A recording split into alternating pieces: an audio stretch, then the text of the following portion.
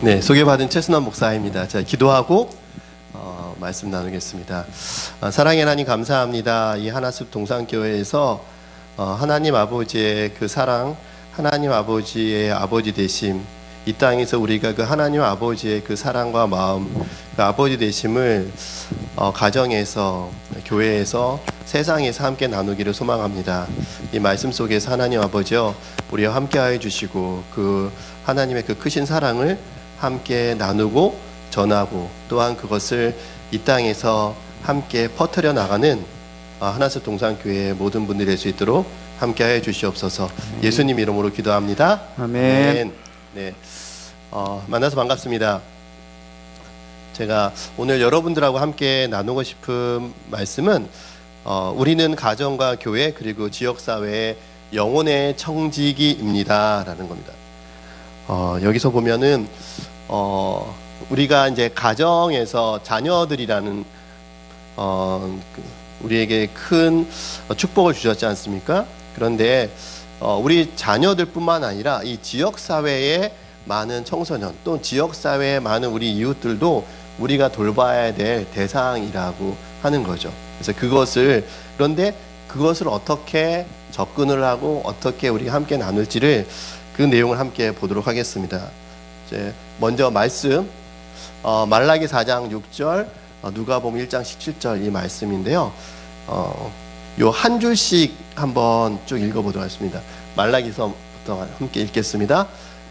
말라기 4장 6절 그가 아버지의 마음을 자녀에게로 돌이키게 하고 그 다음에 자녀들의 마음을 그들의 아버지에게로 돌이키게 하리라. 돌이키지 아니하면 두렵건대 내가 와서 저주로 그 땅을 칠까 하노라 하시니라. 아멘. 이 말라기 말씀은 여러분들이 잘 아시겠지만 구약의 마지막 그 말씀입니다. 근데 이 말라기서 말씀의 맨 마지막 절입니다. 맨 마지막 절인데요. 말라기서 전체를 보면 이렇게 되어 있습니다. 하나님께서 이제 이스라엘 백성들에게 내가 너희를 사랑한다라고 얘기하니까 그 이스라엘 백성들이 그랬어요. 왜냐하면 패망한 이스라엘 백성이었기 때문에 나라가 망했고 그 다음에 어떻게 보면은 예전에 우리나라가 일제 어떤 식민지살이를 했던 것처럼 그런 상황 속에서 살았던 이스라엘 백성들이었기 때문에 질문하는 거죠. 하나님, 저희를 사랑하신 적 있나요? 라고 이제 그 이스라엘 백성들이 얘기를 하는 거죠. 그러니까 이 하나님께서 내가 너희를 항상 사랑했고 그 다음에 이제 그런 것을 얘기하시면서 또 하나 말씀하던 게 그런데 너희들의 모습이 온전한지 한번 돌아봐라 라고 얘기하는 거죠. 어떤 모습이었냐면 그 당시에 이스라엘 사람들이 성전에 나와서 혹은 하나님 아버지에게 그 예물을 드리는 그 예물들이 문제가 있었어요. 그래서 하나님께서 이제 말라기 선지자를 통해 가지고 그 얘기를 하는 너희들이 성전에 갖고 오는 예물을 총독 혹은 관리자에게 가져봐라. 그 예물을 받겠는지 한번 봐라. 라는 거였어요. 그 당시에 제사장들이 그 당시에 이스라엘 백성들이 이제 하나님을 만나서 예물을 준비해서 갖고 왔는데 결함이 있는 예물들을 갖고 왔어요. 문제가 있는 예물들을 갖고 왔어요. 그리고서 하나님께 예물 드렸습니다 라고 한 거죠. 그런데 그 예물을 만물의 창조주이시고 이 땅의 왕이신 하나님께 드린 예물을 그런 걸 갖고 왔는데 이제 하나님께서 말라기 선지자에서 되묻는 거죠. 야 그거 네 나라를 통치하는 사람한테 한번 가지고 가봐. 그거 받겠는지. 그러니까 어떻게 보면은 그 당시에 말라기 선지자가 살았던 그 다음에 선포하고 다녔던 그 시대의 이스라엘 백성들은 하나님의 관계가 완전히 깨져 있는 거죠. 그냥 뭐예요? 의식만 있었던 거예요. 그냥 옛날에 우리 조상들이 예배 드렸기 때문에 그냥 예물 가지고 가는 거고 그냥 그것이 나에겐 큰 의미가 없는 거예요.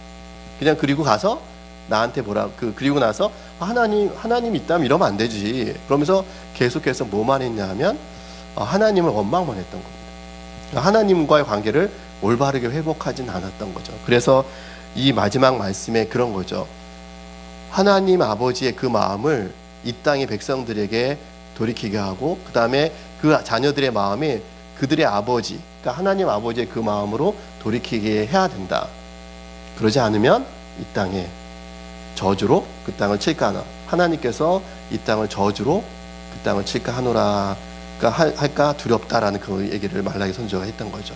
근데 이 말씀이 신약 시대의 누가복음 1장 17절 말씀과 연결이 되어 있어요. 세례 요한이 했던 역할이죠. 그런데 우리는 세례 요한이 했던 역할 중에 가장 많이 잘 알고 있는 것을 이 마지막 절로만 하고 있어요. 우리가 누가복음도 한번 읽어보겠습니다. 시작. 그가 또 엘리야의 심령과 능력으로 주 앞에 먼저 와서 아버지의 마음을 자식에게 거스르는 자를 의인의 슬기에 돌아오게 하고 주를 위하여 세운 백성을 준비하리라 합니다. 아멘. 우리가 많이 아는 거는 이 마지막 줄만 알고 있어요. 상당히 많이 알고 있는 게 주를 위한 백성을 준비하는 것이 세례 요한의 책무고 세례 요한의 역할이라고 하는데 더 중요한 역할이 있었던 거죠. 뭐냐 하면 말라기서 말씀처럼 아버지의 마음을 자식에게 돌이키게 하는 겁니다. 하나님 아버지의 마음을 자식과 서로 소통하는 거예요. 서로 나누는 거예요. 하나님 아버지의 관계 회복인 거죠. 그리고 하나님을 떠난 백성들을 다시 하나님 말씀에 돌아오게 하는 거죠. 이렇게 됐을 때 주를 위한 백성이 된다는 거예요.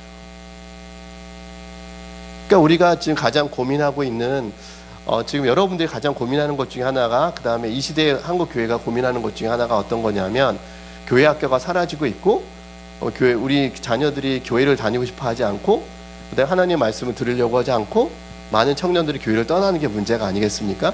그런데 그 배경에는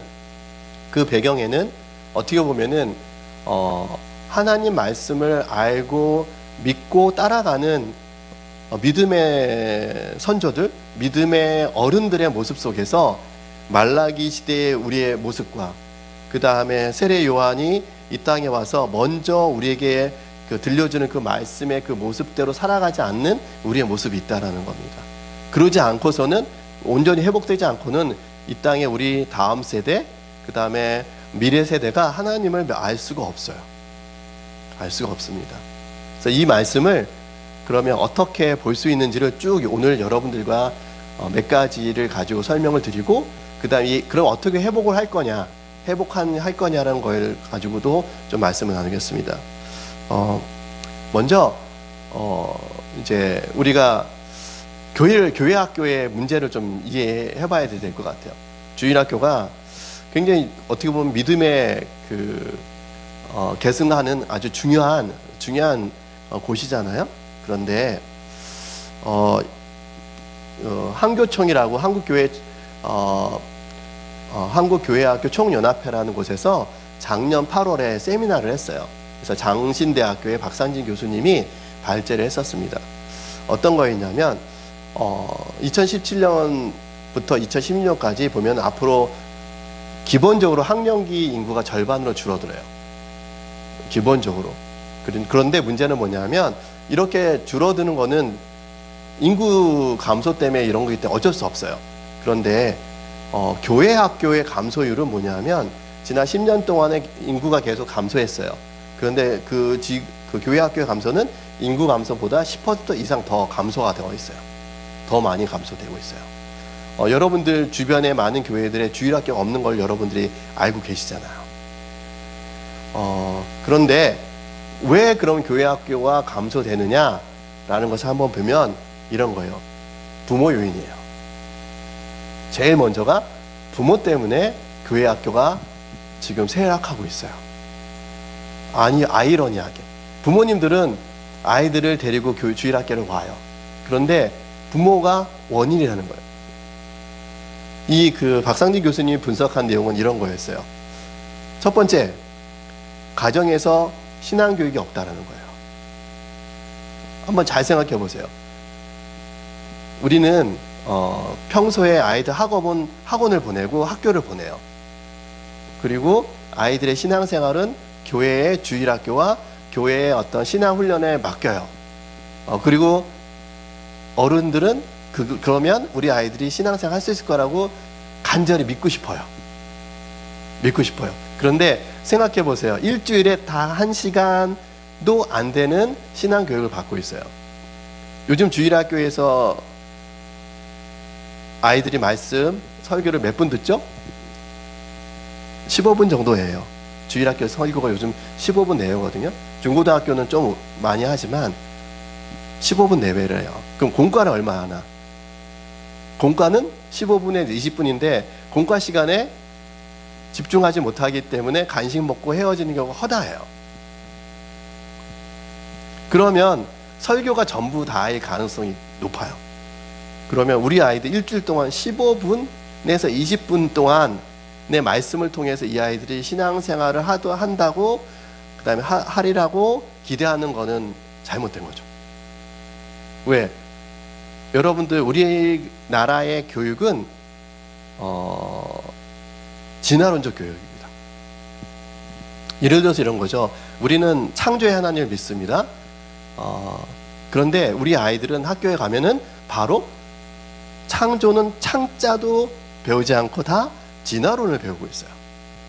그러면 그 아이들이 일주일 동안 계속 진화론에 대한 부분들을 월요일부터 금요일까지 배우고 있는 아이들이 주일날 와서 15분 동안 창조론에 대해서 얘기를 들었을 때 어릴 때는 그거를 받아들일 수도 있겠지만 성장하면서는 의심을 할 수밖에 없는 거죠. 그게 맞나? 세상은 그렇지 않다 그러는데? 그래서 그 혼란이 올 수밖에 없다라는 겁니다. 세상에서. 그러면 우리 아이들이 창조의 하나님을 믿는다라는 것은 하나님이 이 땅을 만드셨고 지금도 나의 하나님이고 지금도 나와 함께 한다라는 것을 아이들이 인정하고 믿고 그것을 깨달아야지 할 수 있는 거지 않습니까? 근데 15분이 그걸 할 수는 없을 거예요. 그러면 부모님들이 역할을 해줘야 된다는 거죠. 부모님이. 부모의 역할에 대해서는 뒷부분에서 얘기를 할 겁니다. 그리고 또 하나의 문제는 세속적인 자녀 교육관이에요. 여러분들 이거는 제가 지금 협동 목회하는 곳에서도 마찬가지고 이런 거예요. 아이들이 이제 대학을 진학하거나 중요한 시험을 앞두고 있어요. 그럴 때 엄마, 아빠, 나 이번 시험이 중요한데 나 이번 시험을 위해서 예배 말고 학원에서 하는 독서실에서 도서관에서 공부를 좀 더 하면 안 될까? 라고 하면 여러분들은 100% 안 된다고 하실 거라고 저는 믿습니다.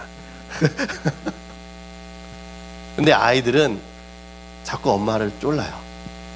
아빠한테. 그러면 좀 나아요. 그리고 고3 때 정도 되면 지금 내가 중요한 시기니까 나 지금 공부를 좀 더 할 수 있도록 좀 신앙생활은 1년 정도는 엄마 아빠가 좀 양보해 주면 안 될까? 라고 했을 때 많은 경우에 부모님은 안 돼! 라고 얘기하실 거라고 저는 믿습니다.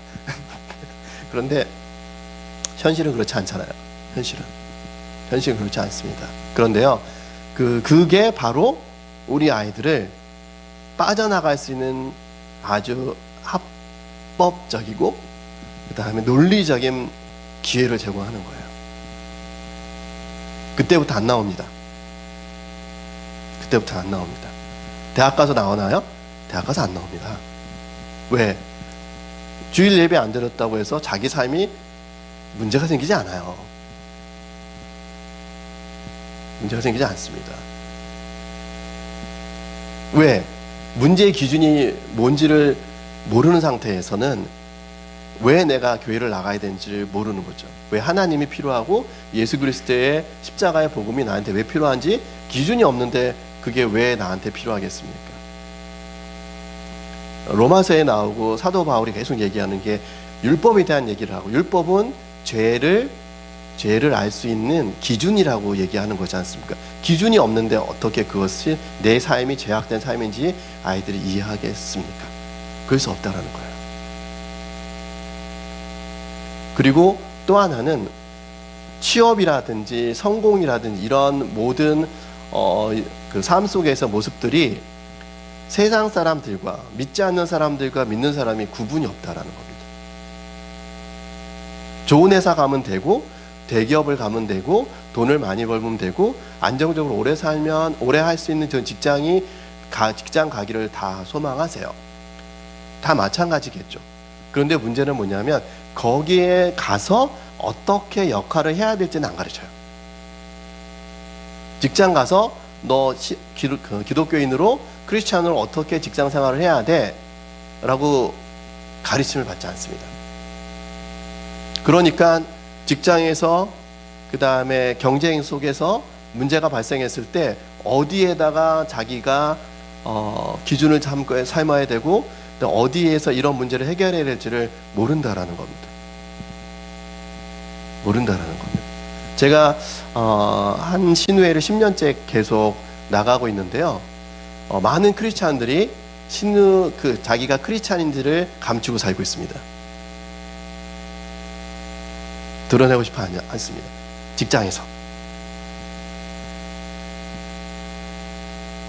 뭐 여러 가지 이유가 있겠죠.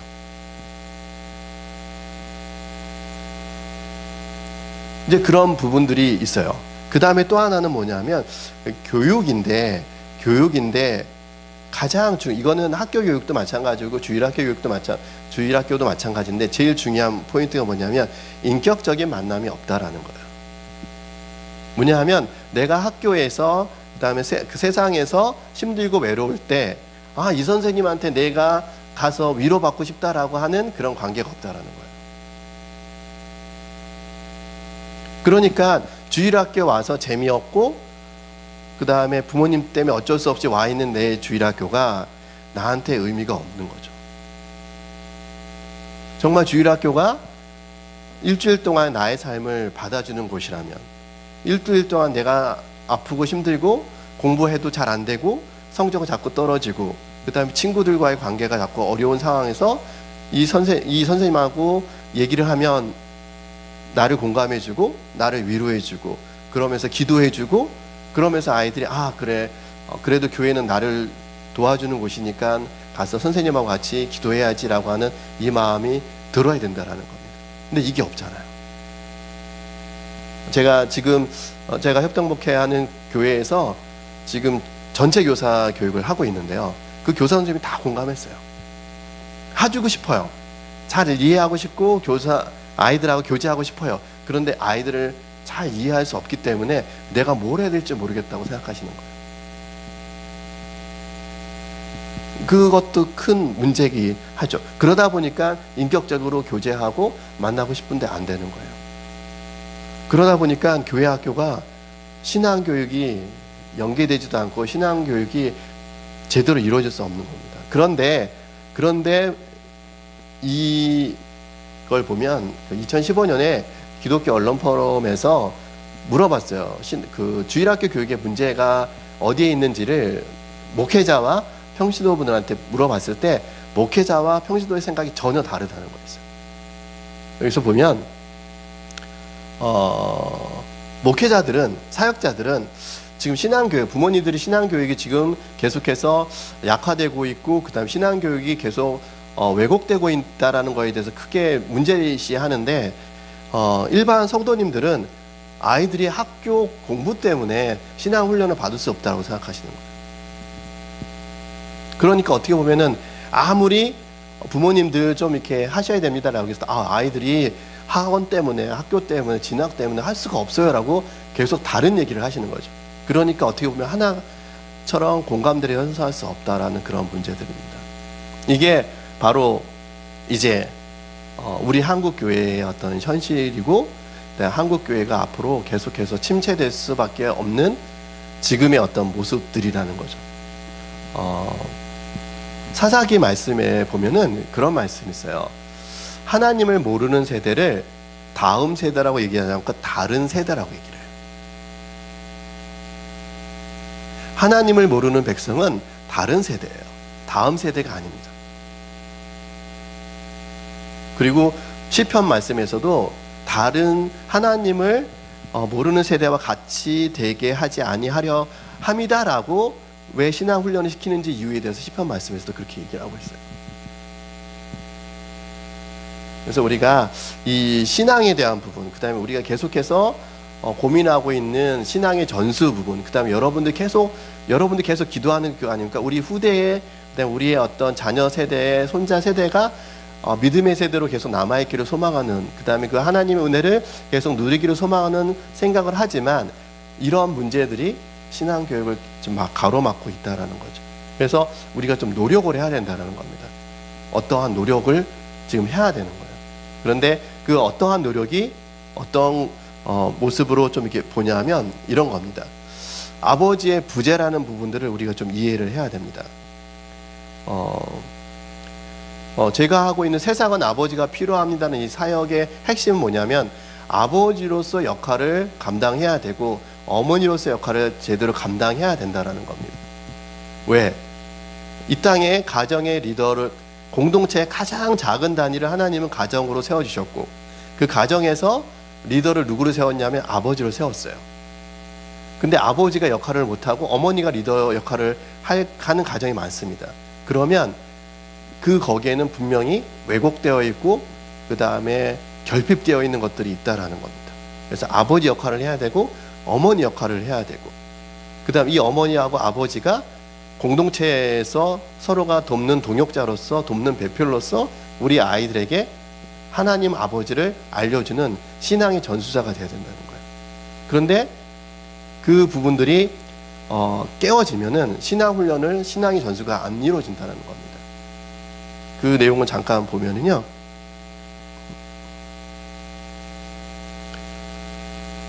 그 스티븐 바스컵이라는 학자가 이런 말을 했습니다.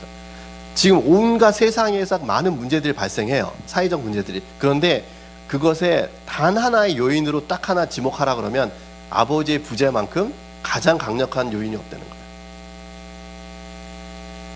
아버지의 부재는 물리적으로 부재일 수도 있어요. 아버지가 여러 가지 이유죠. 사망을 하셨거나 아니면 이혼을 했거나 아니면 멀리 떨어져 있거나 물리적으로. 그 다음에 또 하나는 기능적으로 역할적인 부재예요. 가정의 아버지가 계속 집에 있지만 아버지가 역할을 못하는 경우가 있어요. 그런데 그것을 요즘 세상에서는 그게 잘하는 아버지라고 얘기를 해요. 요즘 자녀를 성공시키는 방법이 뭔지 아세요? 아세요? 웃으시는 거 보니까 아시는데. 자녀를 성공시키는 방법. 첫 번째, 할아버지의 재력. 그 다음에 아버지의 무관심. 그 다음에 어머니의 정보력. 이러면 자녀들이 성공한대요. 아버지 역할은 없어요. 그런데 그거는 그 사회를 망치는 가장 큰 원인들이에요. 그 아버지의 역할이 없다라는 것은. 그거 한번 볼까요? 우리나라에서도 아버지의 역할에 대한 부분을 분석한 건데 저거는 서양의 얘기들이 굉장히 많은데 그걸 하기는 좀 그런데 몇 가지만 얘기하면 자살, 그 다음에 학업 중단, 그 다음 10대 임신, 그 다음에 10대의 어떤 폭력 범죄들이 다 대부분 아버지가 없는 가정, 아버지가 역할하지 않는 가정에서 발생해요. 몇 퍼센트가 60% 이상이. 그런데 우리나라의 그 아버지의 부재를 엿볼 수 있는 통계들이 몇 가지가 있어요. 그걸 한번 볼게요. 첫 번째, 가출 원인. 우리는 친구들 때문에 가출한다고 생각합니다. 부모님들이. 그런데 가출의 원인이 70%가 부모예요. 부모님입니다. 그 다음에 두 번째, 청소년들이 문제가 있을 때 고민을 해결하는 대상이 누구냐? 아버지였으면 좋겠고 어머니였으면 좋겠지만 누구? 친구예요. 아버지는 5% 미만입니다. 그나마 어머니가 해주세요. 20%대로. 그런데 친구들이 해요. 그럼 친구들이 하면은 어떤 문제가 발생할까요? 그놈이 그놈이에요. 생각해 보세요. 중3짜리가 중3을 어떻게 인도합니까? 중2, 중1, 고등학교 애들. 왜냐하면 그 친구들이 갖고 있는 인식의 한계가 있어요. 그러니까 이런 거 같더라는 거 가지고 그게 해결이 되는 거예요. 제가 최근에 이제 만나고 있는 한 어머니의 아이는 지금 중3에서 이제 고등학교 1학년 올라가는 아이인데요. 얘가 중학교 1학년 때까지 꽤 잘 나가는 배우였어요. 앞으로 스타가 될 수 있는 스타성도 갖고 있는 배우였어요. 그런데 지금은 어디에 있냐면 소년원 같은 데 있어요. 소년원은 법무부에서 하는 거고요. 거기보다는 외부 기관에서 이렇게 위탁해서 교화하는 게 더 낫다 그러면 이제 외부에서 종교기관이라든지 이런 데서 하는 그런 위탁 기관들이 있습니다. 거기서 하는데 얘는 지금 밖에서 지금 6개월짜리 지금 훈련을 받고 있죠. 근데 이 아이가 중학교에 때 어떤 사건이 있었냐면 그 사건이 이 아이의 인생을 그렇게 망친 그 원인인데, 이 아이가 인생이 어그러지는 원인인데, 길을 가다가 바닥에서 우연하게 키를 하나 봐요. 근데 이 키를 얘는 뭔지 몰랐어요. 근데 옆에 있던 친구가 그 키가 야 이게 뭐냐라고 했더니 친구가 하는 말이 그거였어. 그 오토바이 키야 라고 했어. 그래? 그래서 이 아이는 아무 생각이 없었어요. 근데 옆에 있는 친구가 한마디 해요. 거들어요. 야 이거 한번 맞는지 한번 우리 재미 삼아서 한번 오토바이 한번 해볼까? 라고 하니까 이 아이가 그래? 재밌겠다 그래서 한번 한 거예요. 그런데 어떤 오토바이가 시동이 걸렸어요. 그럼 어떻게 할까요? 친구가 뭐라고 할까요? 한번 타야죠. 이왕 걸린 거 한번 타야죠. 근데 처음 타는 애가 타보면 어떻게 되겠습니까? 오토바이가 망가지겠죠. 그래서 특수절도가 돼요. 특수절도가.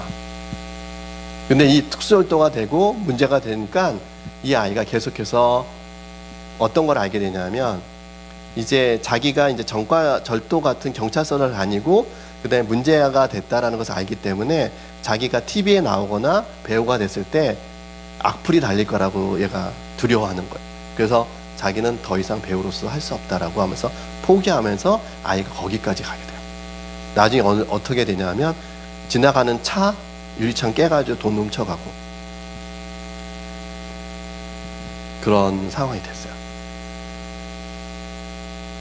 그러니까 아무것도 아닌 것 같은 하나가 옆에 있는 친구가 그거 그냥 야 버려, 아니면 야 그거 모르겠는데 그냥 누구 경찰서 가나 누구 갖다 주자, 이렇게 친구가 있었으면 됐을 텐데 그게 아니었던 거죠. 이제 그런 부분들이 친구들이 갖고 있는 어떤 딜레마예요. 제대로 잘 해주면 좋겠는데 잘 할 수 없는 그런 상황들이라는 거죠. 그리고 고민들이 많아요. 근데 가족과 그다음 사람들과의 관계 뭐 이런 것들이 대부분이 만남 이런 것들이 고민인 거예요.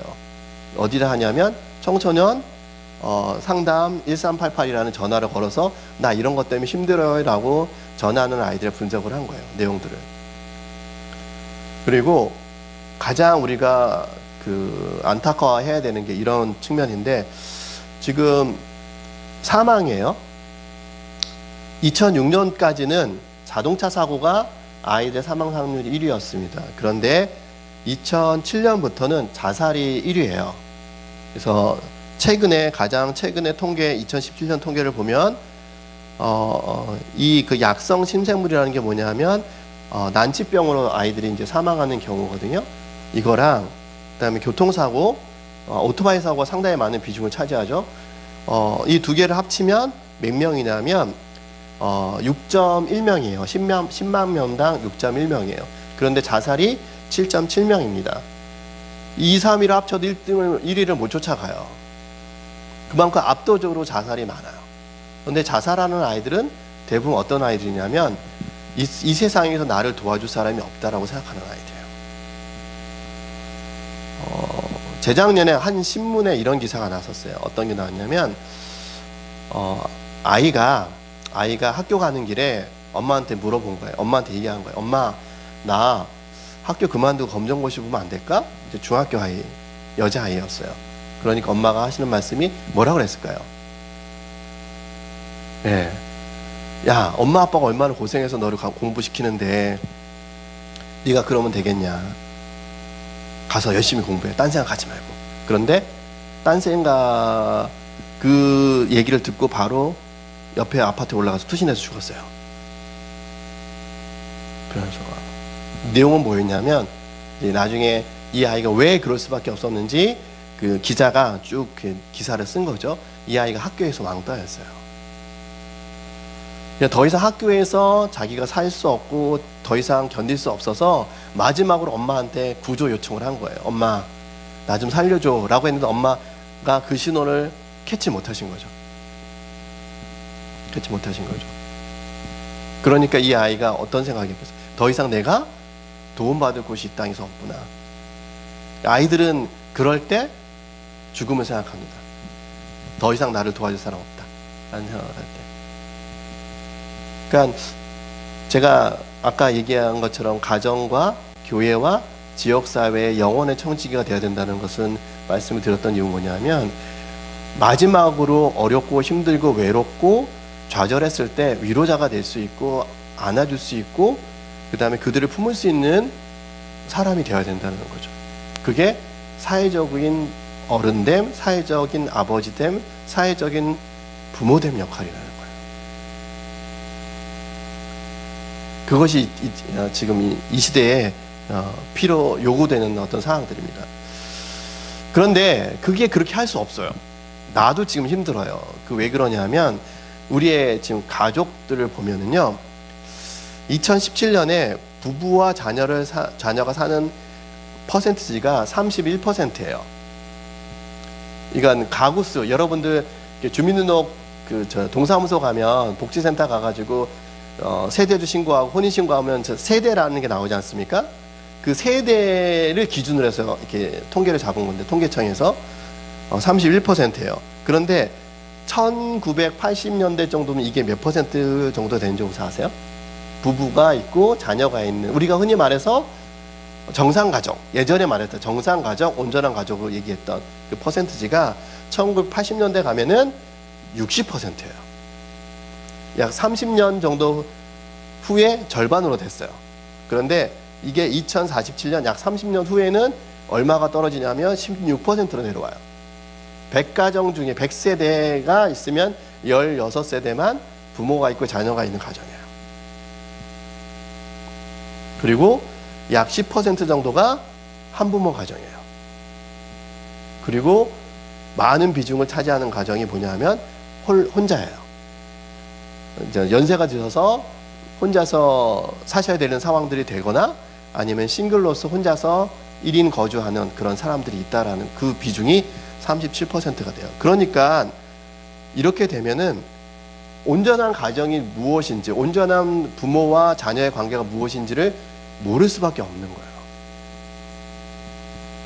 그러니까 어떻게 보면은 교회 안에도 많은 가정이 있지만 이제는 교회 안에 많은 가정들이 어떻게 가정이고 어떤 가정이 가장 바람직한 가정이고 어떤 아버지의 모습, 어떤 어머니의 모습이 좋은 모습인지를 그 원형을 볼 수 없는 세대가 되었다라는 거예요.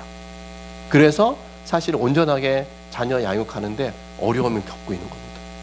예전에는 그런데 부모가 좀 잘못해도 큰아버지 있었고요, 할아버지 있었고요, 할머니 있었고 동네 아저씨들이 다 돌봐줬어요. 그게 지역사회 공동체였어요. 그렇기 때문에 누가 부족해도 채워줄 수가 있어요. 그런데 현대사회에서는 부모가 역할을 못했을 때 그냥 바로 거기에 빈 구멍이 생기면 거기에 더 이상 도와줄 사람이 없다라는 거죠.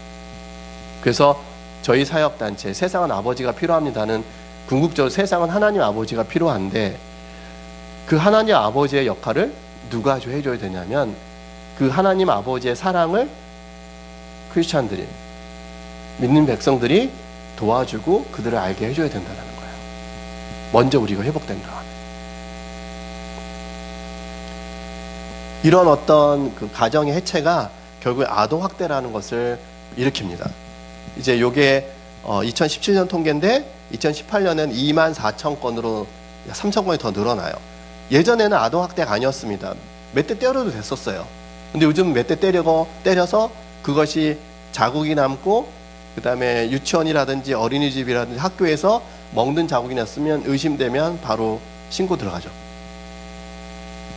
그렇기 때문에 이제 아동학대라는 게 더 많이 도출되거든요. 보여지고. 그런데 제가 매주 아동학대 받는 아이들을 만나러 다닙니다. 그런데 그 아동학대를 받으면 법원에서 아이와 부모를 분리시켜요. 법적으로 분리시키고 부모는 계속해서 상담을 받아야 돼요. 부모로서 역할을 할 수 있도록 상담을 받아야 되는데, 그 센터의 원장님이라든지 선생님들하고 얘기해 보면 그 부모들이 그렇게 자랐어요. 그렇게 하는 게, 그 다음에 아이들 좀 때리고 그 다음에 아이들 그냥 모르는 척하고 키웠던 것이 본인들이 그렇게 자랐기 때문에 그게 아동학대인지 몰랐던 거예요. 그러니까 그분들도 불쌍한 거죠. 아동학대라고 해서 사회적으로 지탄받는 부모님들조차도 사실 돌봄이 필요했던 부분이에요. 그리고 또 지역아동센터 있죠. 저소득층 아이들이 많이 나오는 곳이 지역아동센터이지 않습니까? 근데 지역아동센터에 가서 부모님들하고 얘기를 해보면, 그 다음에 선생님들하고 얘기해보면 그런 거예요. 아이들의 문제를 얘기할 때 부모님들이 그런데요. 사실은요, 제가 그렇게 컸어요. 제가 어릴 때 어땠어요? 라고 하면서 부모님들이 본인들의 얘기를 할 때 선생님들 그게 이해가 안 됐대요. 근데 저랑 같이 얘기를 하고 문제를 이해하고 나서부터는 그것이 부모의 성장기의 문제가 지금 그 부족이 결핍이 이 아이들한테 지금 영향을 끼치고 있다는 것을 이해하게 됐다고 얘기를 하세요. 그러니까 어떻게 보면은 온전함 그다음에 양육을 받지 못하면 그것에 계속해서 문제가 발생한다라는 겁니다. 그래서 그 부분들을 가장 많이 하는 사람들이 부모들이고, 그 다음에 여기서 보면은 성적으로 부모들한테, 그 다음에 방임, 신체, 정서적 여러 가지 학대를 받는 어떤 아이들이 나오는 거죠. 그러니까 우리가 진정한 남자가 되지 않고 진정한 어른이나 성경적으로 어떤 것이 어른이라는 것을 알지 못한다면 바로 아버지가 될 수 없고 어머니가 될 수 없다라는 겁니다. 이 성경에서 말하는 아버지의 역할, 어머니 역할은 가장 먼저 나오는 것이 거기에 나와 있어요. 창세기 1장 26, 27, 28절에 보면 하나님께서 하나님의 형상대로 우리를 만드셨다고 나왔죠.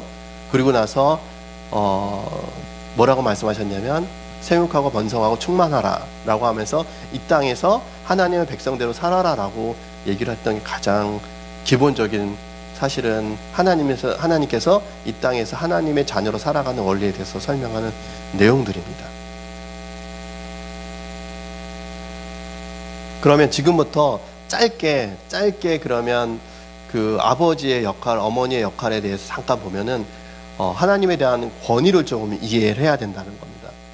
여러분들, 하나님의 권위는 뭐예요? 힘쓰는 거예요. 권력이에요. 근데 하나님 어떻게 권력을 쓰셨어요? 하나님의 권력,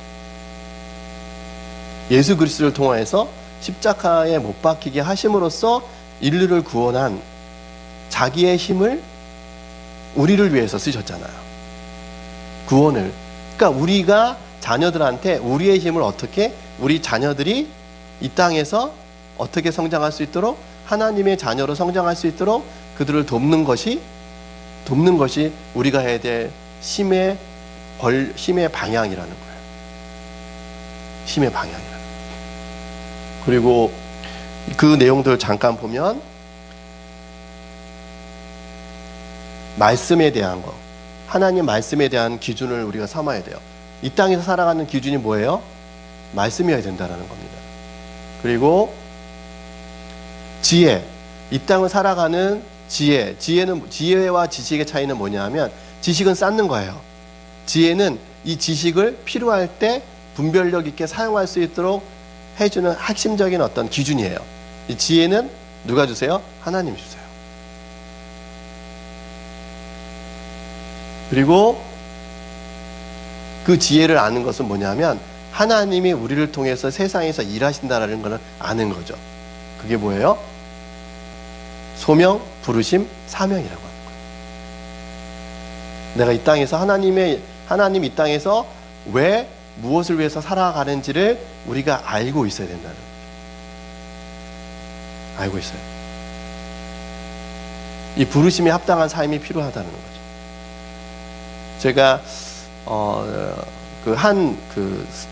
사립 중고등학교 이사장님을 만나게 됐는데요. 그분이 그런 얘기를 하시더라고요. 이분이 이제 고대에서 이제 교수 생활하시다 은퇴를 하셨어요. 근데 저를 만나서 그런 고백을 하셨어요. 처음에 미국에 유학을 가가지고 동네 아이들, 그 다음에 도움이 필요한 아이들에 대한 마음을 하나님 주셔서 유학 가서 그 일을 많이 하셨대요. 미국에서. 그런데 한국 와서 교수를 하면서 본인이 좋아하는 게 너무 좋은 게 많아서 재밌는 걸 많이 했대요. 그리고 나서 은퇴하고 저를 만나서 보니까 하나님이 그때 주셨던 거를 다 까먹고 30년 동안 살았다는 거예요. 그래서 지금 저를 만나고 나서 그 옛날 30년 전에, 그다음에 30몇 년 전에 자기의 젊었을 때 모습이 생각나면서 이제는 절대로 뒤돌아보지 않고 내가 하나님께서 보여줬던 그 모습, 그것을 내가 이사장으로 있는 학교에서 하고 싶다. 이제는 절대로 내가 그것을 잊지 않겠다. 내가 왜 30년 동안 그걸 모르고 살았는지 모르겠다. 그러니까 여러분들한테 분명히 보여주신 것들이 있습니다. 보여주신 것들이. 이 아이들이 바로 부모님한테 학대받는 아이들이에요. 초등학교 미취학 아이들이 대부분의 그 몇 퍼센트 정도냐면 평균 70% 정도예요. 아동학대 당하는 아이들.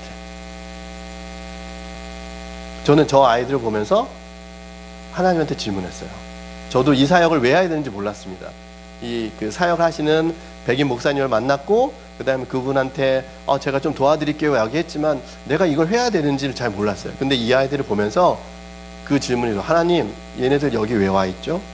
저는 저희 아이들이, 제 두 아들은 지금 고등학교 1학년, 2학년이거든요. 이 두 아들이 저 나이 때, 그러니까 저게 지금으로부터 한 5년 전 얘기거든요. 2015년 얘기인데, 저 아이들을 보면 하나님, 제가 가장 예뻐했던 아이들이 얘네들인데 왜 얘네들이 여기 와 있죠? 하나님, 제가 하겠습니다. 이 아이들을 위해서 제가 하겠습니다 하면서 사역을 시작했어요. 그러니까 여러분들한테 보여주고 여러분들한테 꿈꾸게 하고 여러분들한테 생각하게 하는 그런 대상과 사역의 현장들이 분명히 있을 겁니다. 그것이 여러분이 자녀일 수도 있고요, 여러분의 지역사회 사람들일 수도 있고요, 여러 교회 안에 주변 사람일 수도 있습니다. 그런데 이렇게 우리가 하나님이 우리에게 주셨어요. 그런데 그 부분이 흔들리는 이유 중에 하나가 뭐냐 하면 이런 겁니다. 세상에 계속해서 우리가 흔드는 거예요. 아까 얘기했던 세상은 돈 많이 버는 게 중요하대. 세상은 높은 직급에 올라가는 게 중요하대. 세상은 남보다 앞서 나가는 게 중요하대. 세상은 뭐라고 하면 세상은 이렇게 기준을 얘기하는 거죠. 그런데 하나님의 기준은 세상하고 기준하고 전혀 상관이 없습니다. 전혀 상관이 없어요. 여러분들 보세요. 여러분들 한 분 한 분 하나님 만나주셨을 때 저도 마찬가지고 학식이 많아서 아니면 봉사를 많이 해서 남보다 예뻐서 하나님 자녀로 삼아주신 거 아니잖아요. 지금도 하나님의 자녀로 살아가는 방법은 뭐예요? 그냥 하나님이 있는 그대로 우리를 받아주셨기 때문에 있는 그대로의 그 모습 속에서 그 자리에서 하나님과 교제하면서 살아가는 게 우리가 갖고 있어야 될 정체성이죠. 그런데 자꾸 돈도 필요하다고 그러고 뭐도 필요하다고 그러고 자꾸 얘기하니까 흔들리는 거죠. 그리고 우리의 많은 시간을 그쪽에다 허비하는 거예요. 써요. 하나님은 본인의 모든 힘을 예수 그리스도를 통해서 십자가에 그 사랑으로 쏟아 부으셨는데도 불구하고 우리는 계속 세상에서 얘기하는 그것을 조금 더 구체적으로 얘기하면 우상 숭배적인 성향들을 갖는다라는 거죠. 그렇기 때문에 우리가 하나님이 우리에게 보여주시는 건데 우리의 실제적인 나의 모습과 세상 사람들이 바라봐주는 나 좀 멋진 사람처럼 보이고 싶고 나 좀 똑똑한 사람처럼 보이고 싶고 나 좀 뭔가 어떤 사람처럼 보이고 싶은 어떤 그런 욕망들을 보이지만 세상 사람들은 나의 다른 모습을 보고 있다라는 거죠. 그러고서 이러다 보니까 사람이 다 내가 어디가 나의 모습인지 이해할 수 없는 거예요. 상황에 따라 내 모습을 바꾸려고 하니까. 어떤 집사님 한 분이 이런 얘기 했어요. 목사님, 저는 회사에서는 이분이 이제 중소기업체에서 가장 높은 직급에 갖고 있는 분이었어요. 이분이 저는 회사에서는 사장님한테 혼나기 싫어서 아래 부하 직원을 열심히 쪼는 실적을 내게 하는 아주 아주 피도 눈물 얼도 없는 그런 직장 상사입니다. 그래서 사실은 제 부하들이 저랑 밥 먹으려고 하지 않습니다. 그런데 교회에서는 교육부 전체 총무를 맡고 계시는데 교회에서는 한없이 퍼주고 싶은 그런 교사입니다. 근데 집에 가면은 제 아내가 아무것도 하지 말랍니다. 돈만 벌어오랍니다. 제가 누굴까요? 라고 얘기를 해요. 그분은 교사의 모습으로 살아가고 싶어 하시겠죠. 한없이 주고 싶고 나누고 싶은 그 모습으로 살아가고 싶지만 상황에 따라 달라요. 그러니까 이게 일관성이 없으니까 자꾸 흔들리는 겁니다. 그런데 세상이 우리를 일관성 없는 사람으로 계속 요구를 하는 거죠. 회사에서는 이런 사람이 돼야 되고 집에서는 이런 사람이 돼야 되고. 그런데 이게 신앙생활도 마찬가지예요. 교회에서의 나의 모습이 직장 가서 나의 신앙생활이 나타나야 되잖아요. 집에서 나타나야 돼. 그게 아니니까 우리 자녀들이 봤을 때 아빠는 집에서나 회사에서나 교회에서나 다르게 사네? 그럼 나도 다르게 살아야지. 그러니까 교회에서는 좀 괜찮은 척하는 신앙인으로 모습을 보여요. 그런데 학교 가면 아이들이 친구를 괴롭히는 아주 나쁜 행동의 습관을 갖고 있는 아이일 수도 있어요.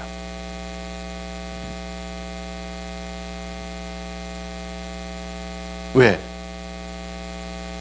일관적인 삶을 살지 않으니까. 누가? 부모들이, 어른들이. 그래서 제가 만난 청년이 그런 말 했어요. 어떤 말 했냐면 저희 엄마하고 아빠하고 싸울 때 이렇게 얘기하세요. 너의 엄마가 믿는 하나님은 나 믿고 싶지 않아. 엄마는 그러신데 나는 너희 아빠가 믿는 하나님 나 믿고 싶지 않아. 그럼 하나님 한 분인데 엄마의 하나님과 아빠의 하나님이 다른가요? 그 얘기는 뭐냐면 두 분이 생각이 다르다 보니까 신앙생활을 하지만 얘기할 때 다르다라는 거죠.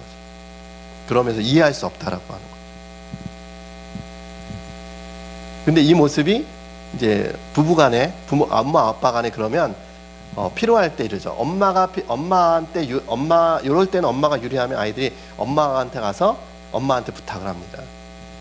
그리고 아빠한테 유리할 것 같은 상황이 되면 아빠한테 가서 부탁을 해요. 그러면서 이 아이들이 뭘 만드냐면 부부싸움을 부추깁니다. 잘 생각해 보세요. 아이들 때문에 부부싸움 많이 합니다. 왜 당신은 이렇게 안 해주냐고. 근데 아이들이요, 그 갭을, 그 분리된 부모의 모습을 잘 이용하는 거예요. 그리고 이런 것들이 이제 자녀들에게 상처로 남아있어요. 세상은요, 문화가 정체성을 얘기해요. 이걸 가장 대표적으로 얘기하는 정체성이 뭐냐면 동성애입니다. 원래 동성애라는 정체성은 없어요. 동성을 선호하는 그런 경향이 있는 거죠. 그런데 세상 사람들이 동성애라는 하나의 어떤 성의 어떤 규정을 동성애가 있는 거야 라고 자꾸 규정하니까 뭐예요? 원래 동성애가 있는 건지, 동성애가 뭐라고 해요? 동성애가 또 다른 어떤 성의 문화로서 자리 잡고 있는 거죠. 그런데 우리는 그거를 용납할 수 없고 그 다음에 그거를 받아들일 수 없잖아요. 그러면 동성애가 아니라 동성 간에 서로 호감을 느끼는 그런 경향이 있다라고 하는 용어로서 그건 잘못된 거라고 계속해서 얘기를 해줘야 되는 거죠. 영국의 샘 올베리라는 목사님이 그렇게 설명을 하고 계세요. 실제로. 세상 사람들이 이렇게 얘기한다고 해서 우리가 다 받아들이면 안 된다. 문화가 자꾸만 그것을 우리에게 푸시하고 가하고 할지라도, 힘을 가한다 할지라도 우리는 거기에서 거부할 수 있어야 됩니다. 그런데요, 여러분 지금 남자아이들한 동성애가 그렇게 강하지 않습니다. 근데 여자아이들은 동성애 문화가 되게 강하다고 청소년 사역자들이 얘기하고 있어요. 지금. 그래서 마틴 루터 킹 목사님이 이렇게 얘기했어요. 우리는 하나님 자녀로 사는 방법은 체면을 구하는 사람이 아니라는 거죠. 밖에서 뭐라고 얘기하든 체면이 아니라 가장 중요한 건 뭐냐면 고결함이라는 소명을 받았기 때문에 그 명령 충성 그 뜻에 따라 살아간다는 거죠. 세상에서 뭐라고 하든 간에 말씀의 기준대로 사는 거죠. 그리고 인생을 성공하는 방법은 성공이라는 우리 매력 있잖아요. 성공하고 싶고. 근데 그 성공은 바로 하나님에 관련된 나의 투명하고 고결한 삶, 그 다음에 도덕적으로도 투명하고 고결한 삶, 그 다음에 성적으로도 고결하고 투명한 삶이 있을 때, 그러면 이것을 언제 아무도 안 볼 때 내가 그걸 지키고 있어야지만이 내가 성공하는 삶이라는 거예요. 돈을 많이 벌어서 그 다음에 남들보다 지위가 높아서 성공하는 건 아닙니다.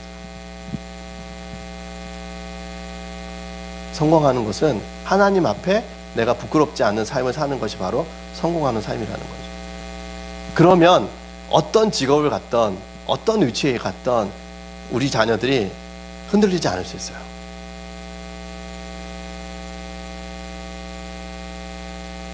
팀 켈러 목사님의 일과 영성이라는 책이 있습니다. 그 책에 보면 맨하탄에 빌딩의 관리인 하는 분이 계세요. 그 사례가 나와요. 그래서 그분이 너무 청소를 열심히 하고 그 다음에 반갑게 아침에 맞아주니까 질문한 거예요. 아저씨는 왜 그렇게 열심히 하냐 그랬더니 이렇게 하면 청소를 깨끗이 해놓으면 사람들이 아침에 출근할 때 얼마나 기분 좋게 들어오겠냐. 그리고 그 사람들이 일을 열심히 하는 게 하도록 돕는 게 내가 해야 될 일이 아니냐. 그리고 이 건물에 들어온 사람들한테 기분 좋게 친절하게 그분들이 일할 수 있도록 돕는 게 자기의 역할 아니냐, 내 역할 아니냐. 이것이 나의 사명이고 내가 부르신 자리가 이 자리다. 나는 그것을 감당할 거다. 우리나라 같으면 어떻게 할까요?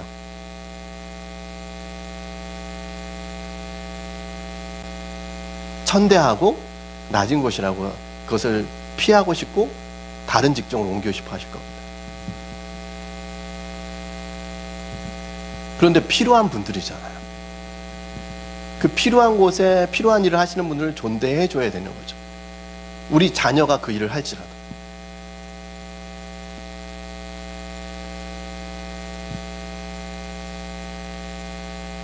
근데 그런 일을 할 수 있도록 돕는 사람이 누구예요? 멘토라는 건데, 멘토는 뭐냐 하면 신앙의 모든 것들을 도와줄 수 있는 사람이에요. 그런데 우리나라는 멘토가 없어요. 상당히 많은 경우 멘토가 없어요. 여러분들 신앙을 돕는 여러분들 신앙의 스승, 신앙의 어른들이 있으신가요? 여러분들 신앙적인 문제가 발생했을 때 찾아갈 수 있는 어른이 있으신가요? 이게 있어야 된다는 거예요. 나의 모든 것을 털어놓을 수 있는 사람. 이 아프리카 말입니다. 뭐냐 하면 빨리 가려면 혼자 가고 멀리 가려면 함께 가라는 거예요.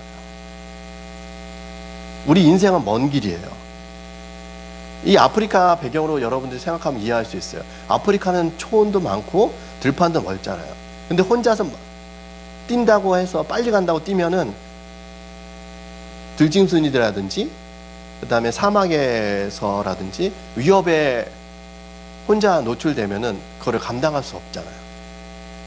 근데 여럿이 가면 보호해주고 서로 지켜줄 수 있기 때문에 끝까지 목적지에 갈 수 있다는 거. 우리는 하나님 나라에 끝까지 함께 갈 수 있는 그 목적지에 가는 사람이지 이 땅에서 무언가를 이루어내는 사람은 아니잖아요. 그러려면 함께 가야죠. 혼자 가는 게 아니라. 그래서 이거는 좀 이렇게 많은 얘기가 돼서 그래서 이렇게 어려운 게 다양한 선택이 있을 때 누군가가 좋은 선택을 할 수 있도록 계속 도와줘야지 하나님의 사람으로 계속해서 흔들리지 않고 살아갈 수 있다는 겁니다.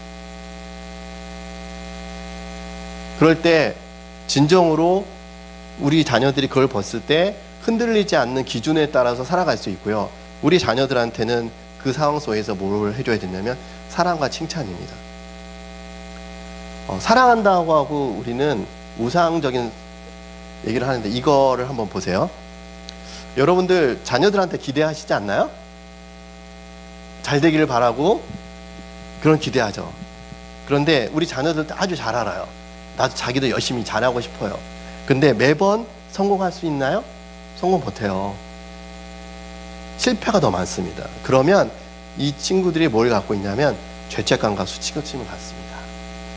우리 엄마 아빠가 되게 고생 많이 하고 나를 위해서 학원도 보내주시고 나를 위해서 좋은 옷도 사주시고 좋은 거 많이 해주시는데 내가 못하잖아요. 그러면 이 친구도 수치심을 가져요. 그럼 죄송합니다. 수치심을 가지면 나중에 어떻게 되냐 하면 부모님하고 얘기하고 싶어 하지 않습니다. 여러분들 가끔 가다가 중고등학교 올라가면 우리 친구들이 부모님하고 얘기 안 하려고 들고 도망가고 막 이런 친구들 있잖아요. 근데 그 내용의 대부분에 보면 뭐냐면 본인이 역할을 못하고 있다라는 그 수치심이 부모랑 멀리하게 되는 원인들이에요. 제가 학교 밖 청소년들을 계속 만나고 있거든요. 학교 밖 청소년들을 만나고 있습니다. 그런데 위기 청소년이라고 하고 근데 그 친구들이요 뭐라고 다 얘기하냐면 저 쓸모없는 사람이에요 라고 얘기합니다. 저는 쓸모없는 사람이에요. 저도 잘 모르겠어요. 그러면서 이 아이들의 자존감이 엄청나게 낮아요. 근데 그 자존감을 회복시켜 주잖아요. 그러면 자기가 뭐든지 하려고 해요. 최근에 소년원에서 출소한 1년 동안 소년원에 있다 한 아이가 있어요. 이 아이는 진짜 나쁜 놈이에요. 제가 봐도 나쁜 놈이에요. 많은 여자들을 성추행하고요. 성범죄자예요. 그런데 소년원에 들어가서 많은 반성을 했어요. 제가 면회도 가고 했었는데 그러면서 이 아이가 새로운 삶 살고 싶어요 해가지고 검정고시 보고 자격증도 따고 해가지고요 자기 새로운 삶을 살고 싶대요. 그러면서 이 아이가 뭐라고 얘기했냐면 저도 이제 꿈이 생겼어요. 저도 이제 사람답게 살고 싶고 존중받는 삶을 살고 싶어요 라고 하면서 아이가 새 인생을 살고 있어요. 그것이 사실은 우리 아이들한테 필요한 거 아니겠습니까? 그런데 우리는 뭐라고 하냐면 사랑을 결과로서 너 공부 잘했으니까 사랑받는다라고 하는 식의 왜곡된 시선을 계속 줘요. 뭐 잘했으니까 칭찬받는 거예요. 우리의 기대만큼. 그런데 그 기대는 결국에는 뭐예요? 나한테 채워주지 않으면 자꾸만 아이한테 너 왜 이 정도밖에 못해? 부모는 엄마 아빠가 얼마나 노력하는데 이 정도는 해줘야지 하면서 계속 아이들한테 뭘 하는 거냐면 윽박 지르는 거예요. 그거 하라고. 하나님의 사랑은 일방적이고 사랑하려고 했기 때문에 사랑하시는 거예요. 우리 자녀들을 사랑하려고 결단하고 사랑하는 거지 그 아이가 어떤 걸 한다고 사랑하는 건 아닙니다. 그래서 칭찬을 그렇게 하는 겁니다. 계속해서. 그리고 사소한 거를 그러니까 아이들 행동을 바꾸려고 하면은 칭찬하는 거예요. 칭찬해주면 행동이 바뀝니다. 그렇게 아이들 해주고요. 이겁니다. 제가 우리 자녀들, 그 다음에 여러분들과 함께 읽고 싶은 말씀이에요. 같이 읽겠습니다. 시작.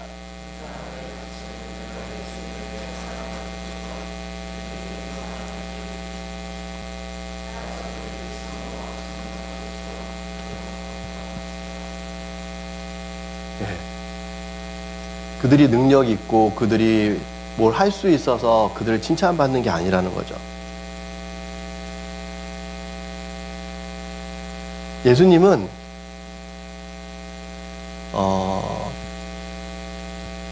내가 사랑받은 것처럼 내가 사랑할 수 있는 사람, 사랑해 줄 수 있는 그것에 대한 가치를 부여하는 거죠. 그래서 내가 많이 사랑해 줄 수 있을수록 그 사람이 가치 있는 사람이라는 거예요. 많이 갖고 있어서 가치 있는 게 아니라 내가 많이 사랑해줘. 그래서 헬린 아우엘이라는 그 기독교 영성가 성공의 신부님이 이제 라룻이라고 하는 기독교 장애인 중증장애인 공동체에 들어가서 이걸 알았어요. 아이들이 그 장애인을 보면서 그 진정한 내면의 깊은 인간적인 사랑을 느꼈어요. 그래서 모든 걸 다 버리고 들어가서 그들과 함께 삶을 사셨던 이유가, 그리고 가장 뛰어난 영성가라고 알려진 이유가 바로 그거죠. 왜? 가장 가치 없어 보이는데 가장 하나님의 사랑을 느낄 수 있었기 때문에, 그들과.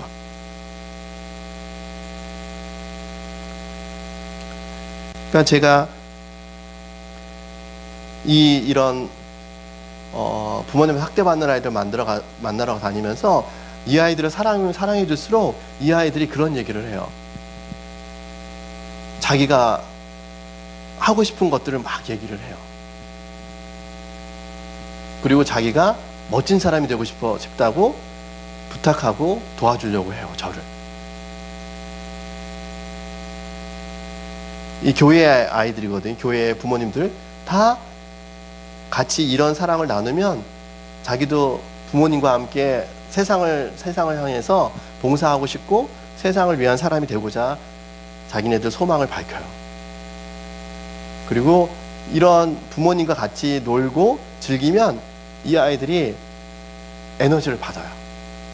에너지를 받아요. 제 큰아들이랑 이제 영국을 여행 가서 사진 찍은 사진인데요. 이게 우리 아이들의 모습입니다. 황량한 벌판에 혼자 갑니다. 누가 도와줄 수 있겠습니까? 제 아들한테 그랬어요. 이제 한국에 돌아왔을 때, 아들아,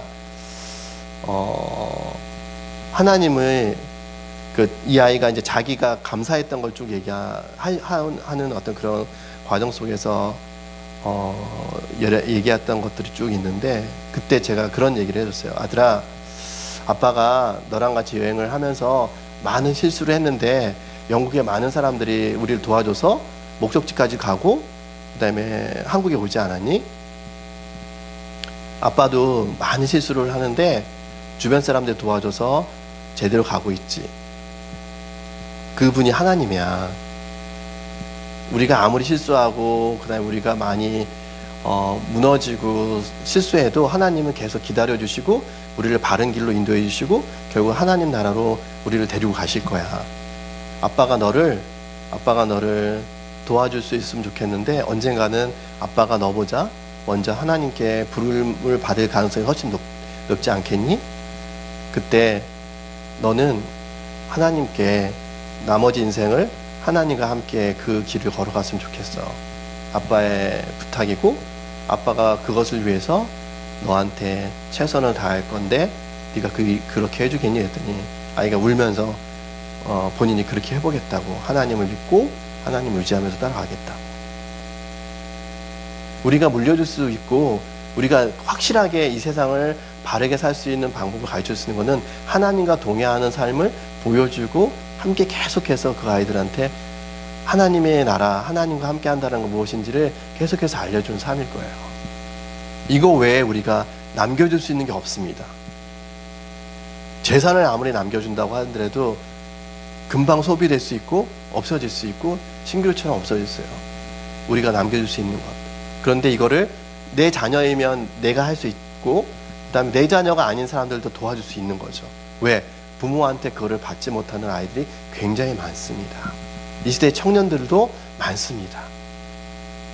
깨어지고 힘든 그런 세상의 많은 사람들, 많은 어른들을 이제 교회가 하나님 나라를 위해서 함께 하는 그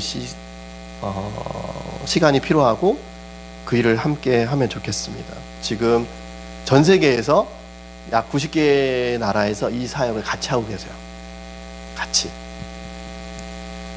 이 마음으로. 우리나라에서도 서울에서, 대전에서, 광주에서, 제주도에서 같이 이 마음을 같이 나누고 있어요. 그래서 여러분들도 어떤 형태가 되든지 상관은 없을 것 같습니다. 세상은 아버지, 하나님 아버지가 필요한데 그 하나님 아버지를 함께 나누고 누리고 그 다음에 위로해주고 함께 살아가는 그런 하나씩 동산교회 공동체가 됐으면 좋겠습니다. 혹시 여러분들 질문 있으신가요? 잠깐 질문 받고 오늘 제가 기도하고 제가 해야 될 강의는 마무리하도록 하겠습니다. 혹시 질문 있으세요?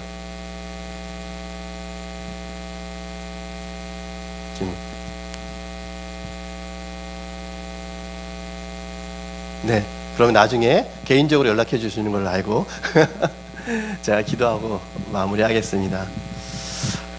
사랑의 하나님, 이 땅에 하나님 아버지의 자녀로 우리를 삼아 주셔서 감사합니다. 예수 그리스도의 십자가에 못 박히심으로 우리가 온전한 하나님의 자녀가 될 수 있다라는 그 소망을 품을 수 있게 해주셔서 감사합니다. 하나님, 하지만 우리가 세상에서 그 하나님의 형상대로 지은 이 몸을 바르게 살고 있지 못하는 많은 시간들, 많은 상황들을 봅니다. 하나님, 저희들을 불쌍히 여겨주시고 저희를 긍휼히 여겨주셔서 이제부터는 뒤돌아보지 않고 하나님 나라의 백성으로 온전하게 살아갈 수 있도록 저희를 인도하여 주시옵소서. 저희는 나약합니다. 부족하고 깨어지고 세상에 제약된 삶 속에서 허우적거리는 가련한 인생입니다. 하나님, 하지만 그 모습조차도 하나님께서는 우리를 기뻐 받아주시는 하나님이라는 것을 믿습니다. 날마다 새로워지고 날마다 하나님 나라에, 하나님 품에 더 가까이 가는 하나님 나라의 백성이 되게 하여 주시옵소서. 또한 이 땅에 많은 자녀들, 이 땅에 많은 청소년들, 이 땅에 많은 청년들, 이 땅에 많은 우리의 이웃들에게 이 하나님의 소망을, 하나님의 비전을 함께 나누는 공동체가 되길 소망합니다. 세상에 손뻗치고 나가는, 세상을 향해서 우리의 손을 내미는 그런 공동체가 될 수 있도록 하여 주시고, 그 마음을 깊이 우리 가슴 속에 가다듬고 하루하루 살아가는 이 땅의 모든 크리스찬 하나씩 공동체의 하나님 나라의 백성이 될 수 있도록 도와주시고 인도하여 주시고 살펴주시옵소서.